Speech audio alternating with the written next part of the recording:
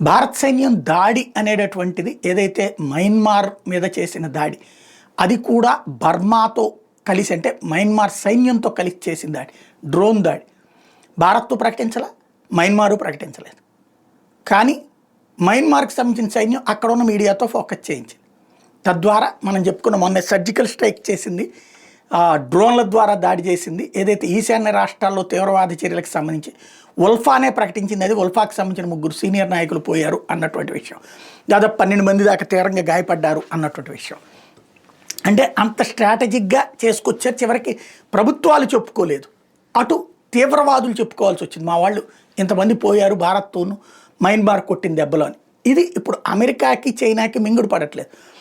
భారత్ అధికారికంగా స్టేట్మెంట్ ఇచ్చిన, మయన్మార్ అధికారికంగా స్టేట్మెంట్ ఇచ్చిన ఎందుకు ఏమిటంటారు. ఎందుకంటే వీళ్ళ ద్వారా వీళ్ళ ప్రోత్సాహంతో నడుస్తున్నాయి తీవ్రవాద సంస్థలు. అమెరికా ఒక పక్కన ప్రోత్సహిస్తోంది బికాజ్ ఆఫ్ అక్కడ ఒక క్రైస్తవ దేశం సృష్టించడానికి. చైనా ఇంకో పక్కన ప్రోత్సహిస్తోంది ఆ ప్రాంతంలో ఈశాన్య రాష్ట్రాలను ఎప్పుడు అస్థిరపరచడం ద్వారా భారత్ని ఎప్పుడు డిఫెన్స్లో పడేసి లాక్కోవడానికి. ఈ ఇద్దరికి మింగుడు పడని పరిణామం. భారత్ ఓ స్ట్రాటజిక్ వే పాటిస్తోంది, సెక్యూరిటీ ప్రాబ్లం వచ్చిన వాళ్ళ తాట తీస్తోంది, కానీ అధికారికంగా ప్రకటించట్లేదు. ఇది ఇప్పుడు వాళ్ళకు వచ్చిన షాక్.